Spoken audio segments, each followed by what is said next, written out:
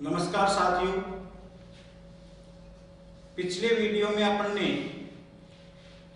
जो मूल अधिकारों का टॉपिक लिया था उसमें दो पार्टों पे अपने चर्चा ही कर ली थी। पहला पार्ट अपना था मूल अधिकारों का विकास, उत्पत्ति, और दूसरा पार्ट अपना विथ आर्टिकल चल रहा था जिसमें अपन ने बात कर ली थी अनुच्छेद 12 की, अनुच्छेद 13 की, प्लस इसके साथ साथ प्रारंभ में कितने मूल अधिकार थे। फिर अपने संपत्ति के अधिकार के बारे में बातचीत की, संपत्ति के अधिकार की तुलना भी कर ली थी, और इसके बाद में अपना पहला अधिकार जो था समानता का अधिकार 14 से 18 तक, उसमें अपन ने आर्टिकल 14 पर चर्चा ही कर ली थी। और दोस्तों, आर्टिकल 14 का जो इंपॉर्टेंट पार्ट था वो था अनुच्छेद 14 के अपवाद। वो अपवाद आप विशेषतः ध्यान रखोगे। अब अपन नेक्स्ट पॉइंट शुरू करते हैं मूल अधिकारों के लिए। देखिएगा, भारतीय संविधान में मूल अधिकारों को मुख्यतः दो श्रेणियों में विभाजित किया गया है। यहां से क्वेश्चन पूछा भी जा चुका है दोस्तों, ध्यान से सुनना कि मूल अधिकारों को संविधान में कितनी श्रेणियों में विभाजित किया गया है? दो श्रेणी में। पहली श्रेणी है नागरिकों को प्राप्त अधिकार, और दूसरी श्रेणी है व्यक्ति को प्राप्त अधिकार। ये मैं बात कर रहा हूं पहली श्रेणी की आपकी, कि भारतीय संविधान में कुछ मूल अधिकार हैं वो केवल नागरिकों को प्राप्त है। नागरिकों का मतलब अपन ये कह सकते हैं भारतीयों को प्राप्त है, और कुछ मूल अधिकार व्यक्तियों को प्राप्त है। व्यक्ति शब्द का मतलब है यहां पे विदेशी। तो अब ये क्वेश्चन नेट में पूछा गया था कि भारतीय संविधान में कौन कौन से अनुच्छेद या अधिकार नागरिकों को प्राप्त है। तो ध्यान रखिएगा दोस्तों, अनुच्छेद 15, अनुच्छेद 16, अनुच्छेद 19, अनुच्छेद 29 और अनुच्छेद 30। ये जो 5 अनुच्छेद हैं ये केवल भारतीयों को प्राप्त अधिकार है, और 15, 16, 19, 29 और 30 को छोड़ करके 14 से लेकर के 32 तक जो शेष मूल अधिकार है वो भारतीयों के साथ साथ विदेशियों को या व्यक्तियों को भी प्राप्त है।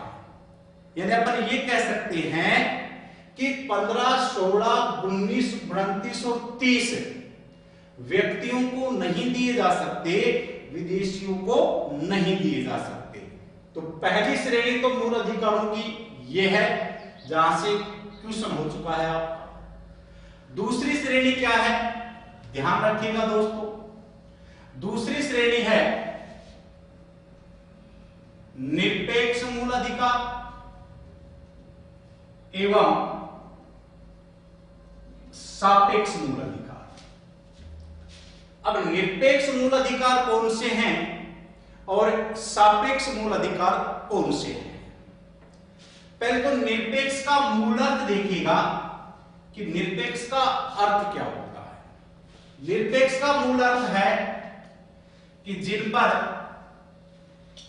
कोई प्रतिबंध नहीं होता है और जिनका उल्लंघन करने पर सीधा सीधा दंड का प्रावधान हो, वो मूल अधिकार कौन से होंगे?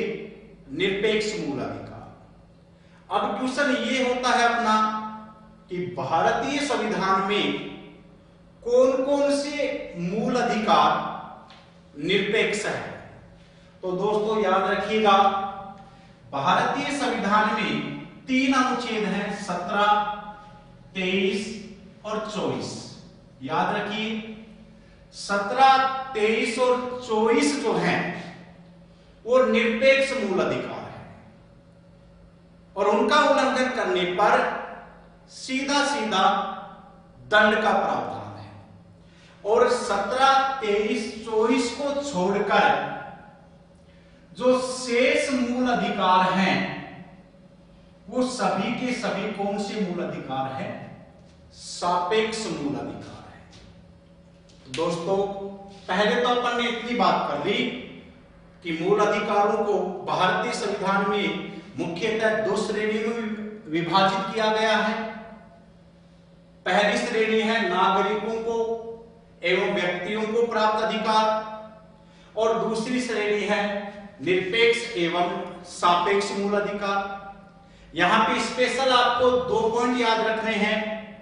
एक तो नागरिकों को प्राप्त अधिकार कौन कौन से हैं और दूसरा है निरपेक्ष मूल अधिकार कौन कौन से हैं। तो नागरिकों को प्राप्त जो अधिकार हैं वो तो है 15, 16, 19, 29 और 30 और निरपेक्ष मूल अधिकार है 17, 23 और 24। अब दोस्तों अपन अगले अनुच्छेद की बात करते हैं, अनुच्छेद 15।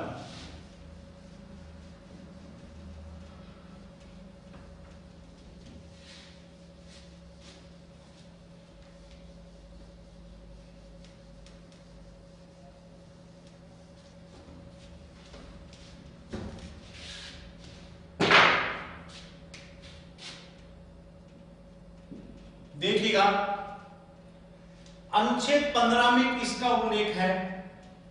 अनुच्छेद 15 में है सामाजिक समानता का उल्लेख है। अनुच्छेद 15 में दिया गया है सामाजिक समानता। अब अनुच्छेद 15 का संविधान में किस प्रकार से उल्लेख दिया गया है दोस्तों, एक एक पॉइंट को समझना पड़ेगा आराम से। अनुच्छेद 15 का संविधान में 5 उपभाग हैं। याद रखिएगा कि अनुच्छेद 15 के कितने पार्ट हैं संविधान में? 5। अब अपन पहले पार्ट की बात करते हैं, या इसको 5 भागों में बांट लो आप, और अपन बात करते हैं अनुच्छेद 15(1) और 15(1) नंबर 1 पहली बात तो ये ध्यान रखना है कि किसके प्रति निर्देश है ये निर्देश है राज्य के प्रति। जो अनुच्छेद 12 में परिभाषित किया गया था राज्य को, उसके प्रति निर्देश है कि राज्य अपने नागरिकों के साथ केवल धर्म, वंश, जाति, लिंग, जन्म स्थान के आधार पर भेदभाव नहीं करेगा। दोस्तों 15(1) क्या कह रहा है? सीधा सीधा राज्य को निर्देश देता है कि राज्य जो सत्ता में बैठा हुआ है वो अपने नागरिकों के साथ केवल, एक तो आप केवल शब्द को याद रखोगे कि केवल कितने आधारों पे भेदभाव नहीं करेगा, तो आप ये भी ध्यान रखोगे कि अनुच्छेद 15 में कुल कितने आधार आ रहे हैं दोस्तों? कुल 5 आधार आ रहे हैं। कि केवल जो 5 आधार हैं, धर्म, वंश, जाति, लिंग और जन्म स्थान के आधार पर वो किसी भी प्रकार का भेदभाव नहीं करेगा। अब एक क्वेश्चन यहां से निकलता है कि जनाब क्या 5 आधारों पर भेदभाव नहीं होगा? तो सुनिएगा, केवल 5, किन 5 आधारों पर भेदभाव नहीं होगा। इनके अलावा यदि और कोई आधार आता है तो राज्य है वो नागरिकों के साथ भेदभाव कर सकता है, लेकिन इन 5 आधारों पर राज्य नागरिकों के साथ कतई भी भेदभाव नहीं करेगा। इसके बाद में अनुच्छेद आ रहा है 15(2) में याद रखिएगा, यह निर्देश नागरिकों के प्रति है। किसके प्रति है? नागरिकों के प्रति। और 15(2) राज्य के प्रति भी है। अब नागरिकों के प्रति क्या है कि नागरिक जो समाज में रह रहे हैं वो भी एक दूसरे के साथ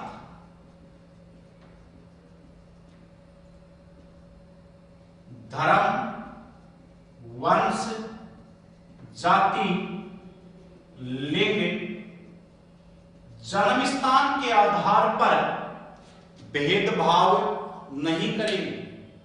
यदि 15(1) और 15(2) जो संविधान है वो सीधा निर्देश देगा कि चाहे तो वो राज्य हो और या फिर समाज में रहने वाला कोई नागरिक हो, वो दोनों ही केवल कितने आधारों पे भेदभाव नहीं करेंगे? 5 आधारों पे। और ये 5 आधार दोस्तों याद होने चाहिए आपको कि धर्म, वंश, जाति, लिंग और जन्म स्थान के आधार। इनके अलावा यदि कोई आधार है तो फिर भेदभाव हो सकता है। अब 15(2) में नागरिकों के प्रति निर्देश आ रहा है कि नागरिक इन 5 आधारों पे भेदभाव नहीं करेंगे। और दोस्तों कहां कहां भेदभाव नहीं करेंगे? तो इसके अंदर आ रहा है क और ख। एक तो जो भी सार्वजनिक स्थान है उन पर भेदभाव नहीं करेंगे, जैसे कोई भोजनालय है, होटल है, मनोरंजन का स्थान है, कोई दुकान है, वहां भेदभाव नहीं होगा। और दूसरा है कि राज्य द्वारा पोषित, राज्य द्वारा पोषित का मतलब है कि राज्य द्वारा निर्मित या आंशिक सहायता प्राप्त कोई कुआं है, कोई तालाब है, नदी है, इन पर भी आप भेदभाव नहीं करोगे। यानी गांव के जितने भी सार्वजनिक स्थान हैं, कुआं, तालाब, बावड़ी, नदी, सड़क, इन पर आप इन 5 आधारों पर भेदभाव नहीं करोगे। ये तो दर्शाया गया है 15(1) और 15(2।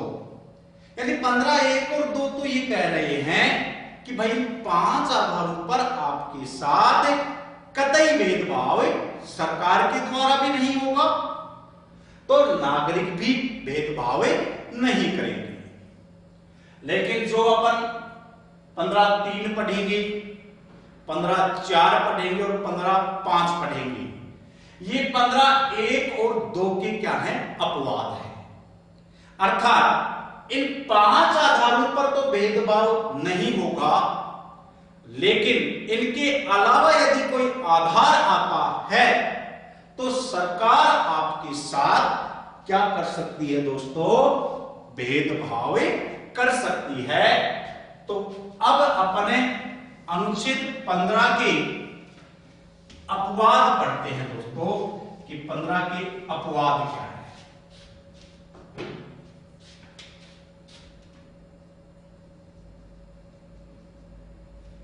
और अनुच्छेद जो 15 के अपवाद दिए गए हैं वो 15(3), 4 और 5 में दिए गए। देखिएगा अनुच्छेद 15(3) क्या कहता है? 15(3) कहता है कि राज्य महिलाओं एवं बच्चों के लिए विशेष नियम बना सकता है। सीधा सीधा कहा है 15(3) में कि राज्य जो सत्ता में बैठा हुआ है वो एक तो महिलाओं के नाम है और एक बच्चों के लिए विशेष नियम बना सकता है, उन्हें विशेष सुविधाएं दे सकता है, उनके विकास के लिए कार्य कर सकता है। और जब राज्य ऐसा कार्य करेगा तो वो सामाजिक समानता का उल्लंघन नहीं माना जाएगा। जैसे सरकार ने क्या किया, महिलाओं को स्थानीय स्वशासन में 50% क्या दे दिया, आरक्षण दे दिया।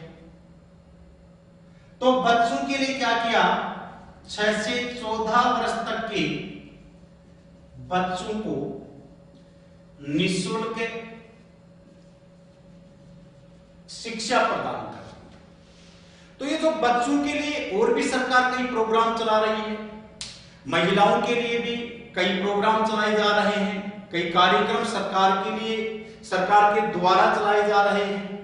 तो जब जब महिलाओं के उत्थान के लिए कार्य किया जाता है या किसी बच्चे वर्ग के लिए, बच्चों के लिए कार्य किया जाता है तो वो अनुच्छेद 15(3) के तहत होता है और वो सामाजिक समानता का उल्लंघन नहीं माना जाता है।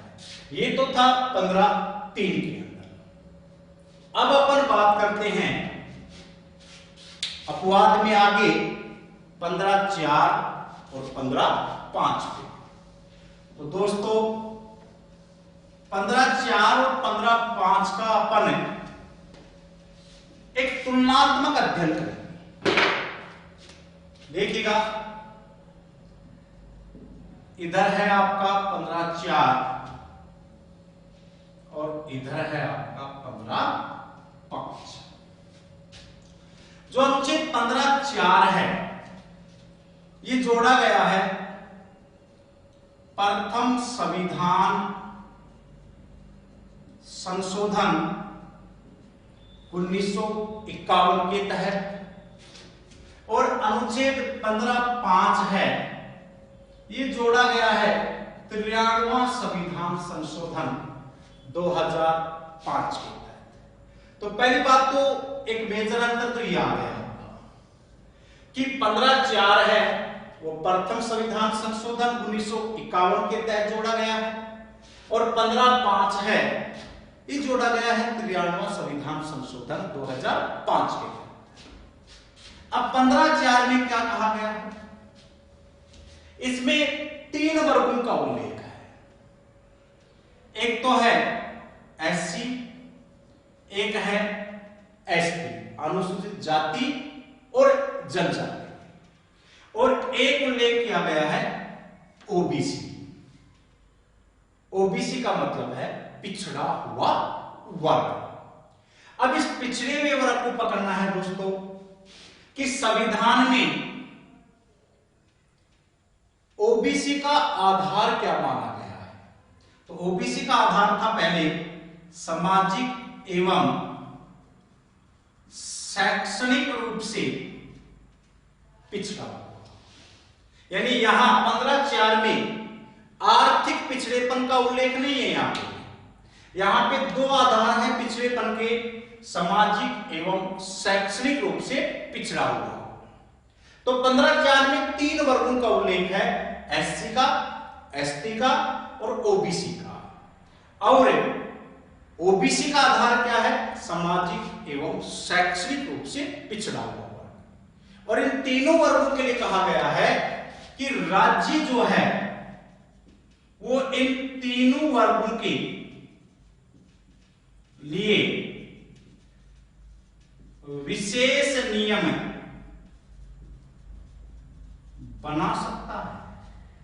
इन तीनों वर्गों के लिए विशेष नियम राज्य बना सकता है। जैसे क्या नियम बनाया है, जैसे नियम बना दिया कि एससी और एसटी को आरक्षण दिया गया एवं आरक्षण के साथ साथ 15(4) में एक और कहा गया है, सार्वजनिक शिक्षण संस्थानों में भी इन्हें आरक्षण दिया गया है। यानी 15(4) जो स्पेशल है वह इन तीनों वर्गों को सार्वजनिक शिक्षण संस्थानों में आरक्षण की बात करता है कि जितने भी सार्वजनिक शिक्षण संस्थान है उसमें प्रवेश एवं शुल्क में इन्हें क्या दी जाएगी, छूट। देखिएगा दोस्तों, अपन जैसे एडमिशन लेने जाते हैं, कॉलेज लेवल पे गए अपन, first year, second year, third year, तो उसमें आप ये देखते हैं कि वहां तीनों वर्गों के लिए फीस का स्ट्रक्चर भी अलग अलग होता है एवं प्रवेश के लिए जो अंक हैं उनका निर्धारण भी क्या होता है, अलग अलग होता है। तो ये जो प्रभाव आप देख रहे हो अलग अलग होने का, 21 अनुच्छेद का प्रभाव है 15(4) का। दोबारा सुनो कि 15(4) प्रथम संविधान संशोधन 1951 के तहत जोड़ा गया है। 15(4) में कितने वर्गों का उल्लेख है, 3 वर्गों का उल्लेख है, एससी का, एसटी का और ओबीसी का उल्लेख है। ओबीसी का आधार क्या है, सामाजिक एवं शैक्षणिक रूप से पिछड़ा हुआ वर्ग। और इन तीनों वर्गों को कौन सी शिक्षण संस्थानों में आरक्षण दिया गया है, सार्वजनिक शिक्षण संस्थानों में प्रवेश एवं शुल्क में आरक्षण दिया गया है या छूट दी गई है। ये तो था आपका 15(4). अब अपन बात करते हैं अनुच्छेद 15(5) की। 15(5) में भी ये 3 ही वर्ग हैं, एससी, एसटी, ओबीसी। और इन तीनों वर्गों को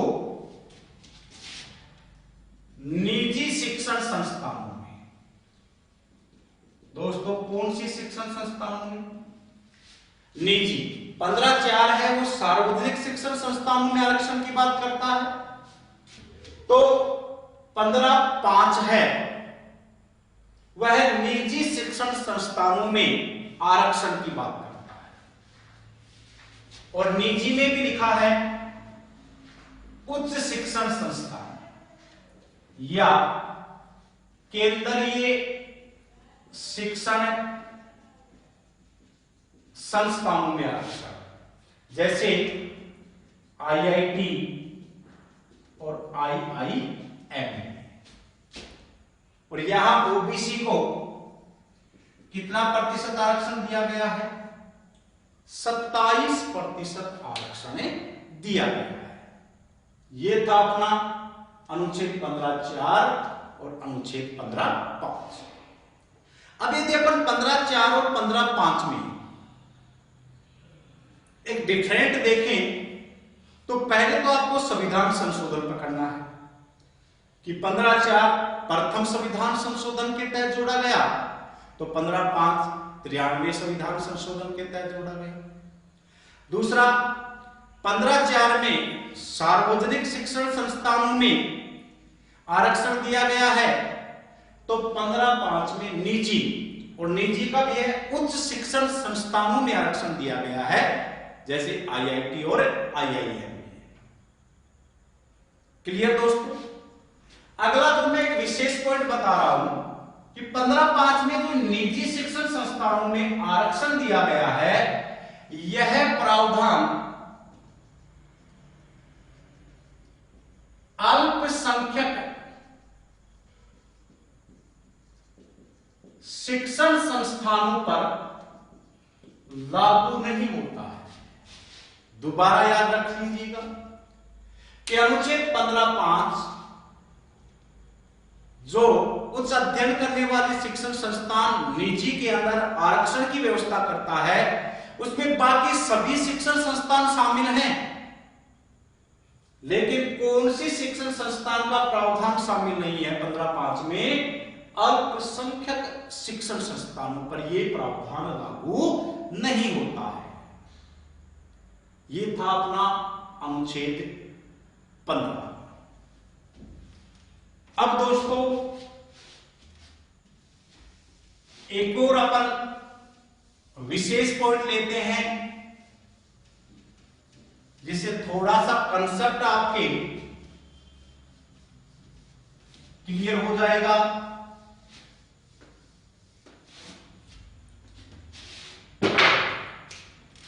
अपन बात करते हैं आरक्षण की कि भारतीय संविधान में कितने प्रकार का आरक्षण दिया गया है, रिजर्वेशन दिया गया है।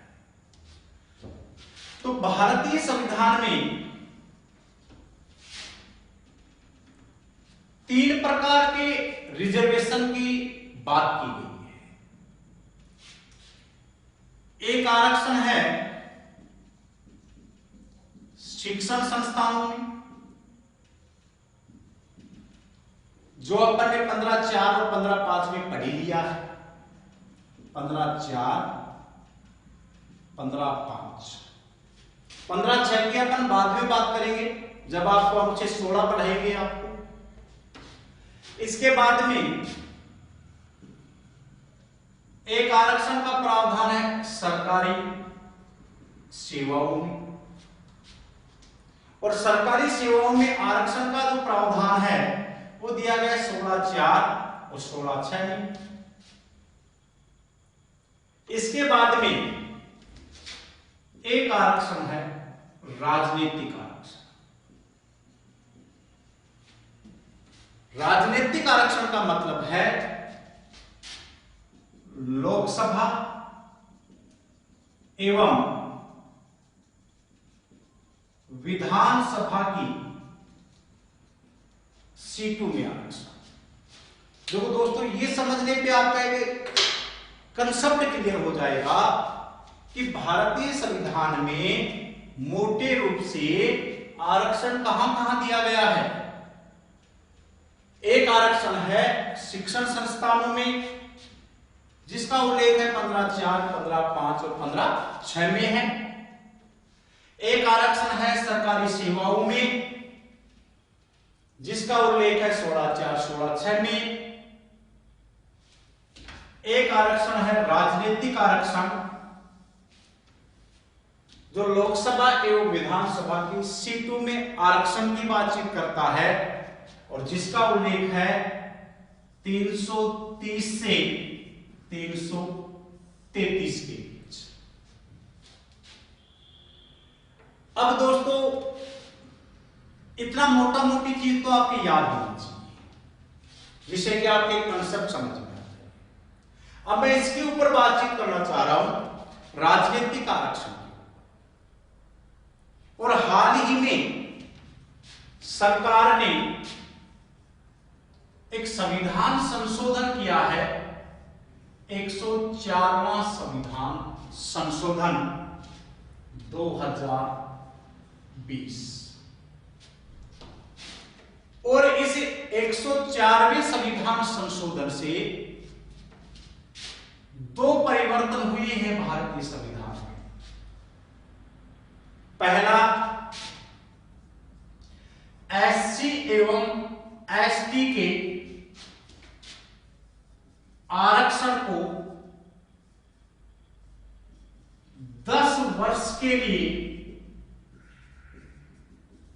बढ़ा दिया गया है। कितने वर्ष के लिए बढ़ा दिया गया है? 10 वर्ष के लिए बढ़ा दिया गया है आरक्षण।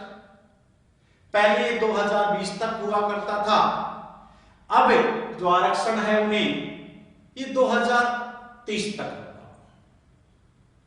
इसके बाद दूसरा जो मेजर अंतर हुआ है वो हुआ है एंग्लो इंडियन, और जिसका उल्लेख है 331 और 333 में। 331 में लोकसभा में एंग्लो इंडियन और 333 में विधानसभा में एंग्लो इंडियन का प्रावधान है।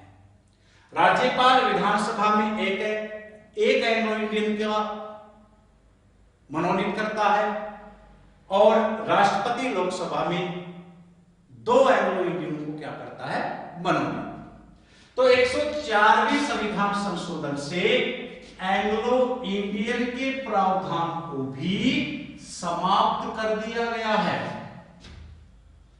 फिर याद रखेंगे दोस्तों, बड़ा अच्छा पॉइंट है कि जो राजनीतिक आरक्षण का उल्लेख है 330 से 333 के बीच, जिसमें लोकसभा और विधानसभा की सीटों में रिजर्वेशन की बात करता है ये, तो ये जो आरक्षण वाला प्रावधान है ये हाल ही में 104वां संविधान संशोधन लाया गया था 25 जनवरी 2020 को, और इसके तहत 2 एक संशोधन हुए। पहला संशोधन तो ये हुआ कि एससी और एसटी के आरक्षण को 10 वर्ष के लिए बढ़ा दिया गया है। पहले 2020 तक था, अब 2030 तक कर दिया गया है। और दूसरा है एंग्लो इंडियन, कि एंग्लो इंडियन का जो प्रावधान था लोकसभा में और विधानसभा में, इस प्रावधान को भी समाप्त कर दिया गया है। यह है दोस्तों आरक्षण की चर्चा। अब अपन बात करते हैं अनुच्छेद 16।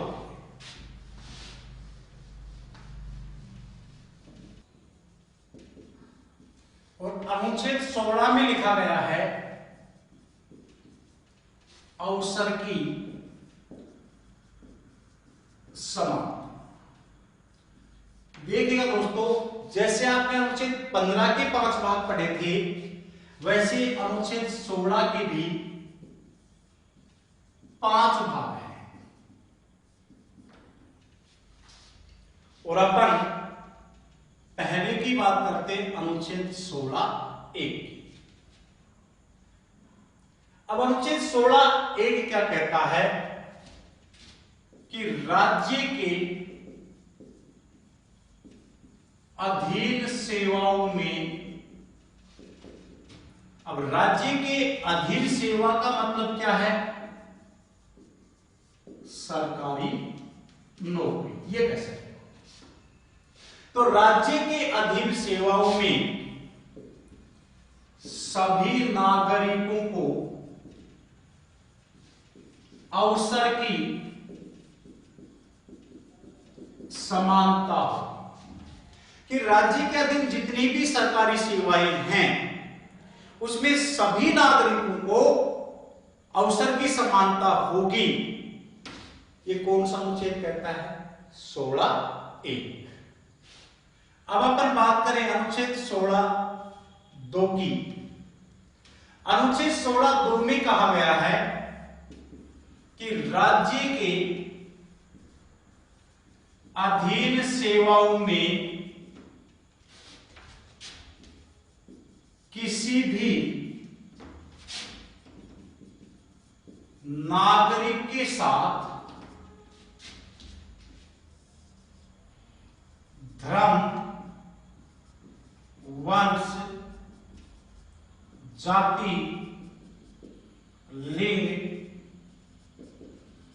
जन्म स्थान, उद्भव एवं निवास के आधार पर भेदभाव नहीं किया जाएगा। सुनना दोस्तों, 16 तो ये कहता है कि राज्य के अधीन जितनी भी सेवाएं हैं उसमें किसी भी नागरिक के साथ कितने आधारों पे भेदभाव नहीं किया जाएगा, 7 आधारों पे भेदभाव नहीं किया जाएगा। अनुच्छेद 15 को याद आ रहा होगा, अनुच्छेद 15 में मैंने 5 आधार बताए थे। 5 आधार इसमें भी हैं, धर्म, वंश, जाति, लिंग और जन्म स्थान। इसमें 2 आधार और एक्स्ट्रा दिए हुए हैं, एक है उद्भव और एक है निवास, कि उद्भव के आधार पर भी भेदभाव नहीं होगा और निवास के आधार पर भी भेदभाव नहीं होगा। कहने का मतलब 16(1) और 16(2) क्या कहना चाहते हैं, 16(1) और 16(2) अवसर की समानता की बात कर रहे हैं। कि राज्य के अधीन जितनी भी सेवाएं होंगी उसमें किसी भी नागरिक के साथ भेदभाव नहीं किया जाएगा, सभी को अवसर प्राप्त करने का क्या होगा, अधिकार। अब जो 16(1) और 2 के बाद में आपके जो पार्ट है 16(3), 16(4), 16(5), ये अनुच्छेद 15 की तरह ही अपवाद है इसकी।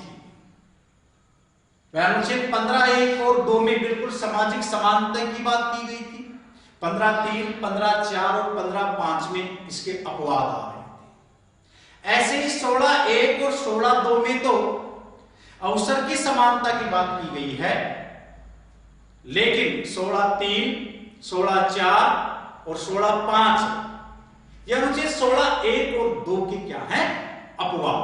अपवाद का मतलब है कि आपके साथ सरकारी सेवाओं में भेदभाव किया जा सकता है। तो दोस्तों अब अपन देखेंगे अनुच्छेद 16 के अपवाद क्या है। यहां पे आपके अपवाद, और अपवाद को कौन कौन से अनुच्छेदों में दर्शाया गया है 16 में। 16(3) में अपवाद है, 16(4) में अपवाद है और 16(5) में। 16(3) में क्या कहा गया है कि संसद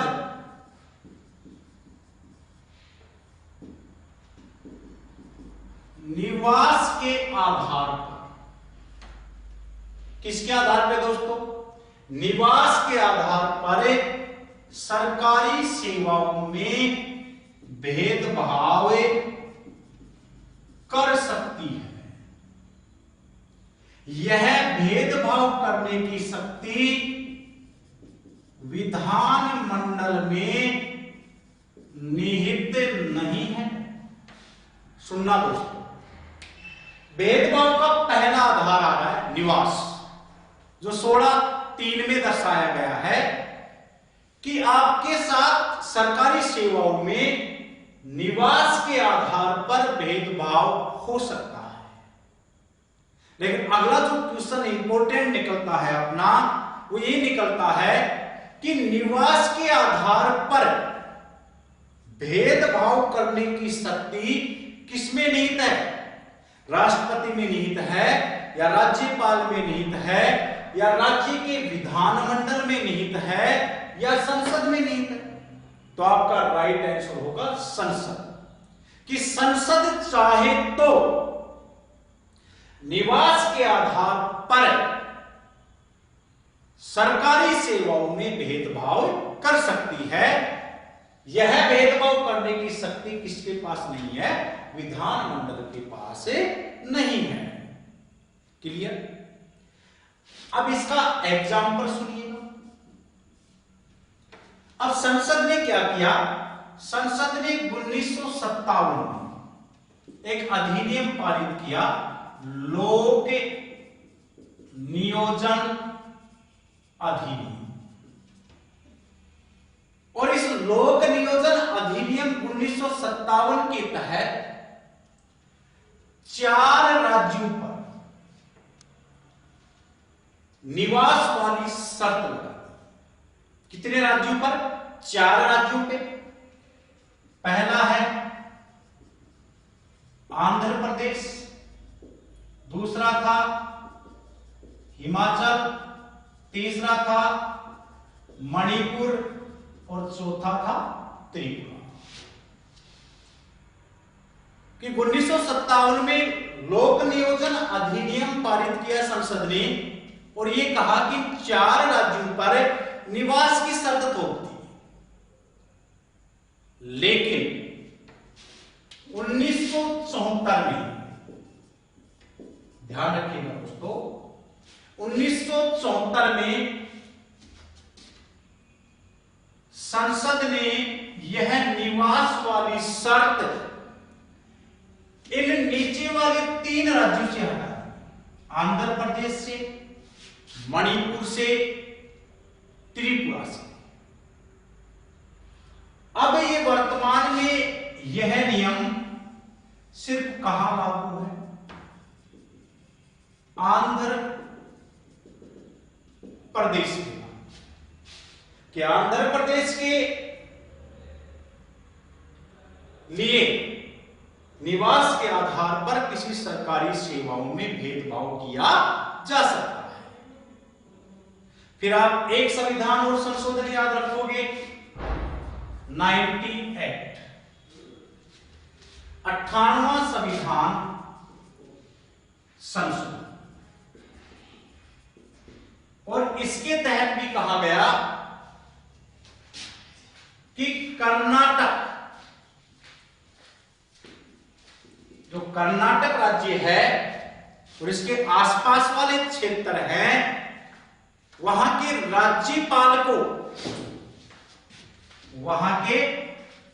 राज्यपाल को, यह शक्ति दी गई कि वो सरकारी सेवाओं में निवास की शर्त लगा सकता है।